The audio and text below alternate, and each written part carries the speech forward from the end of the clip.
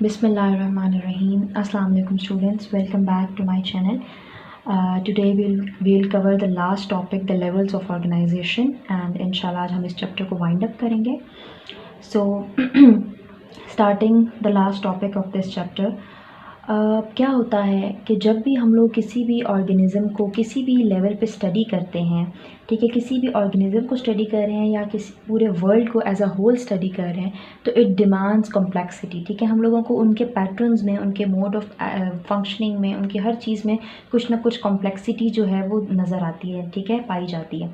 तो उसी कॉम्प्लेक्सिटी को आज हम लोग डिस्कस करने वाले हैं कि किस तरह से जो लिविंग ऑर्गेनिज़म होते हैं उनमें किस तरह के कॉम्प्लेक्स लेवल्स ऑफ ऑर्गेनाइजेशन पाए जाते हैं. ठीक है, so starting with the bio elements. 16 elements जो हैं वो एसेंशियल टू लाइफ हैं. ठीक है, इस वजह से इनको बायो एलिमेंट्स बोला जाता है.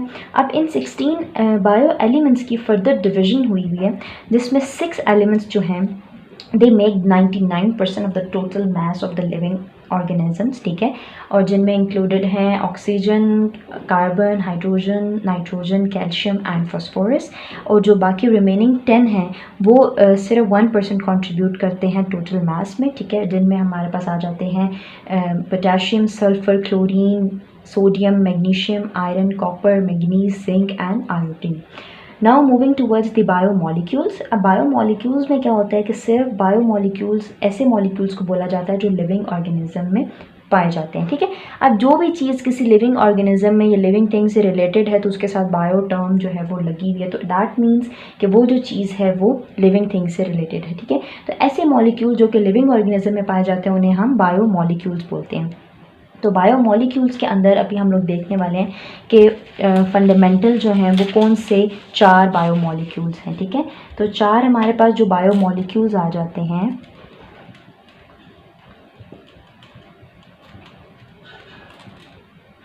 वो आ जाते हैं carbohydrates, proteins, lipids and then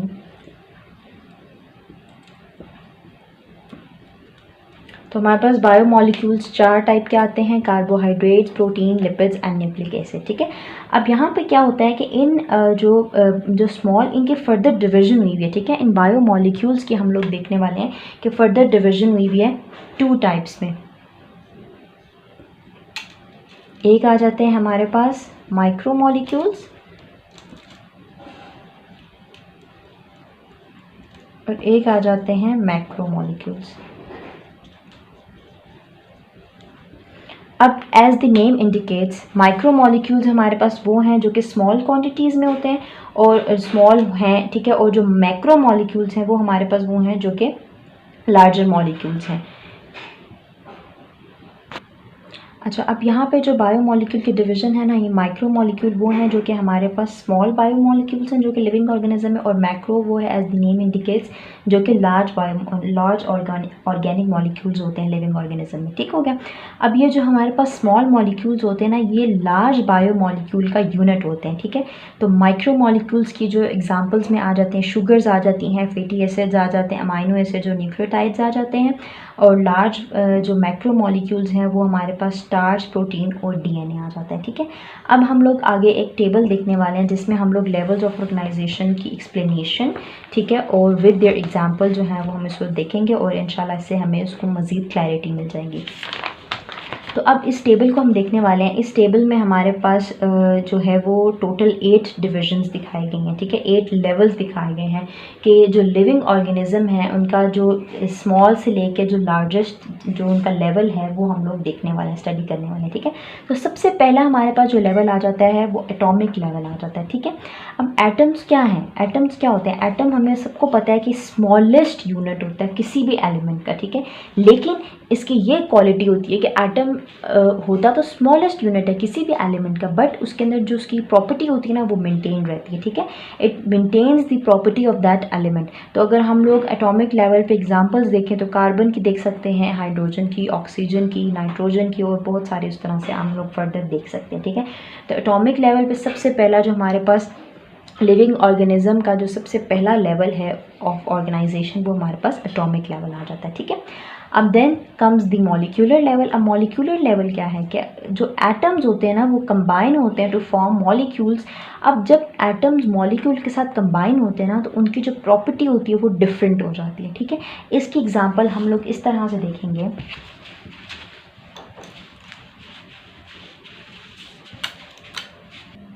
अच्छा, अब हम लोग देखते हैं कि एटम में एटॉमिक लेवल पे क्या होता है। अब ये हमारे पास O2 है, ऑक्सीजन है, ठीक है।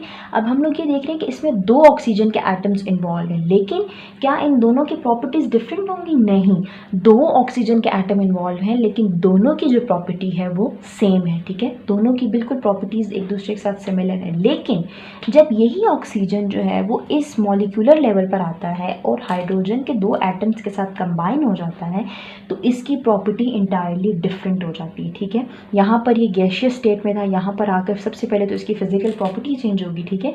ये लिक्विड में कन्वर्ट हो गया, ये पानी बन चुका है, ठीक है। और इसी तरह से हाइड्रोजन जो एक गैस थी वो भी अब लिक्विड में कन्वर्ट हो गया जब वो इस दूसरे वाले एटम के साथ मिक्स हुई है, ठीक है। तो एटॉमिक लेवल के ऊपर आके डिफरेंट एटम्स जो हैं वो एक दूसरे के साथ इंटरैक्ट करते हैं, बॉन्ड बनाते हैं और जिसकी वजह से उनकी जो पूरी की पूरी इंटायर प्रॉपर्टी होती है दैट चेंज, ठीक है। अब ये हम लोगों ने देख लिया। इसके एग्जांपल हमारे पास फर्दर DNA आ जाता है, कार्बोहाइड्रेट्स आ जाता है, कार्बन डाइऑक्साइड आ जाता है, ठीक है।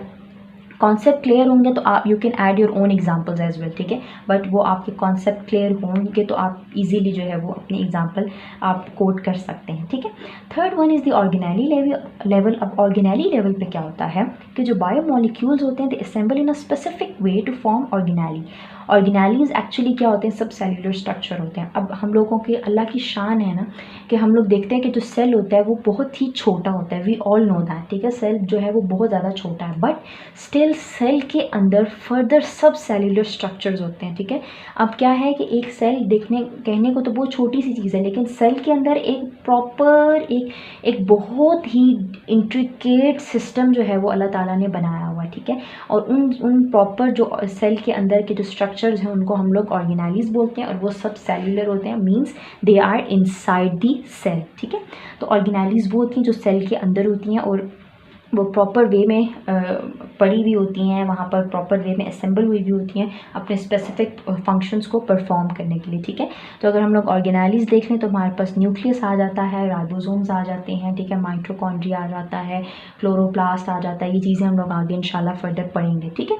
फिर हमारे पास आ जाता है, यहाँ पर मैं आपके रेफरेंस के लिए थर्ड लेवल ऐड कर देती हूँ कि यहाँ पर हमारे पास थर्ड लेवल है ऑर्गेनेली लेवल, ठीक हो गया। Then the fourth one is cellular level. अब क्या हो रहा है कि ये जो ऑर्गेनेली है ये एक्चुअली क्या था, यहाँ पे हम ब्रैकेट में इसको लिख देते हैं सब सेल्यूलर स्ट्रक्चर्स, राइट। तो these subcellular structures are combining to form the cellular level और अ सेल, ठीक है। अब सेल्यूलर लेवल पे क्या होता है कि सेल्स जो होते हैं वो हमारे पास, we all know that cells are the smallest unit of life and cells are enclosed by membrane और सेल वॉल। अब मेम्ब्रेन और सेल वॉल में क्या डिफरेंस आ गया, यहाँ पर हम लोग देख रहे हैं कि जो मेम्ब्रेन होता है वो एनिमल सेल के अंदर जो है वो मेम्ब्रेन पाया जाता है, जबकि प्लांट्स और द ओनली लिविंग ऑर्गेनिज्म, लेकिन आगे भी हम लोग देखते हैं कि फंजाई के अंदर भी सेल वॉल होती है, ठीक है। तो जो प्लांट्स हैं उनके अंदर सेल वॉल होती है, लेकिन एनिमल्स के अंदर मेम्ब्रेन होता है, ठीक है, उनमें सेल वॉल नहीं होती।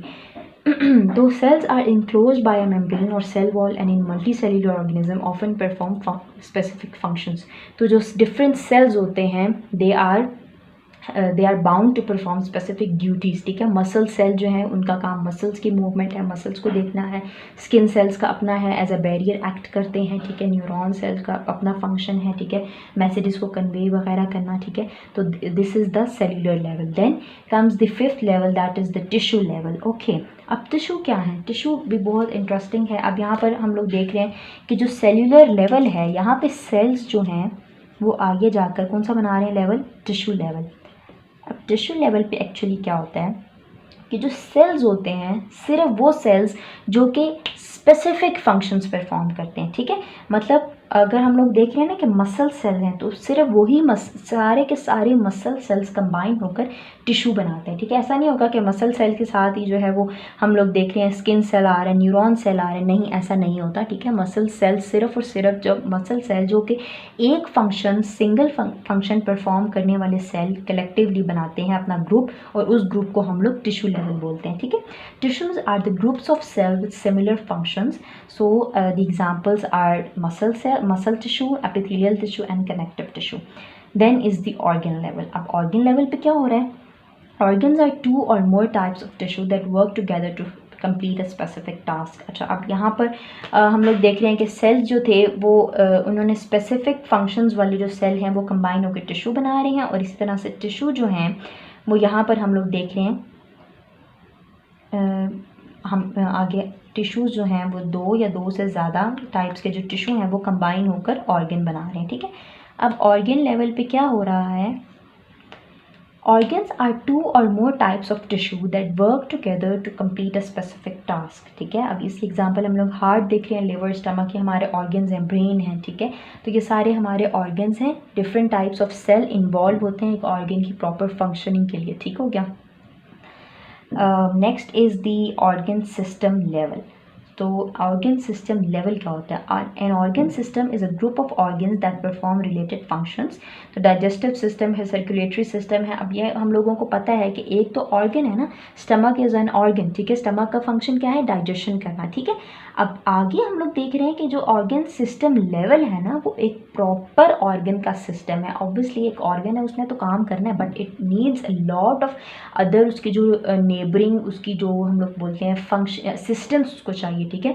तो प्रॉपर असिस्टेंस जिसके थ्रू एक ऑर्गन अपने स्पेसिफिक टास्क को कंप्लीट करता है, उसको हम लोग ऑर्गन सिस्टम लेवल बोलते हैं, ठीक है। और फिर लास्ट आ जाता है हमारे पास ऑर्गेनिज्म लेवल। ऑर्गेनिज्म लेवल पे हम लोग क्या देख रहे हैं? An organism has several organ system that function together, ठीक है। अब डिफरेंट ऑर्गन सिस्टम लेवल्स जो हैं जब वो काम करेंगे तो ही जाकर एक प्रॉपर ह्यूमन बनता है, ठीक है। फॉर एग्जांपल डाइजेस्टिव सिस्टम काम कर रहा है, सर्कुलेटरी काम कर रहा है, ब्रेन काम कर रहा है, ठीक है। हमारे सारे जो चीज़ें हैं वो मसल्स काम कर रहे हैं, सब कुछ काम कर रहे हैं, तभी तो जाकर एक प्रॉपर ह्यूमन या ऑर्गेनिज्म जो है वो फंक्शन कर रहा है, वो ज़िंदा है, ठीक हो गया। तो ये हमारा जो प्रॉपर टेबल है वो मैंने एक्सप्लेन कर दिया। Now we'll move. This was all from today's lecture. इंशाल्लाह इस टॉपिक को हम लोग नेक्स्ट वीडियो में कंप्लीट करेंगे। अगर आपको मेरी लेक्चर समझ आ रहे हैं तो kindly like, share and subscribe to my channel. Thank you. अल्लाह हाफिज़।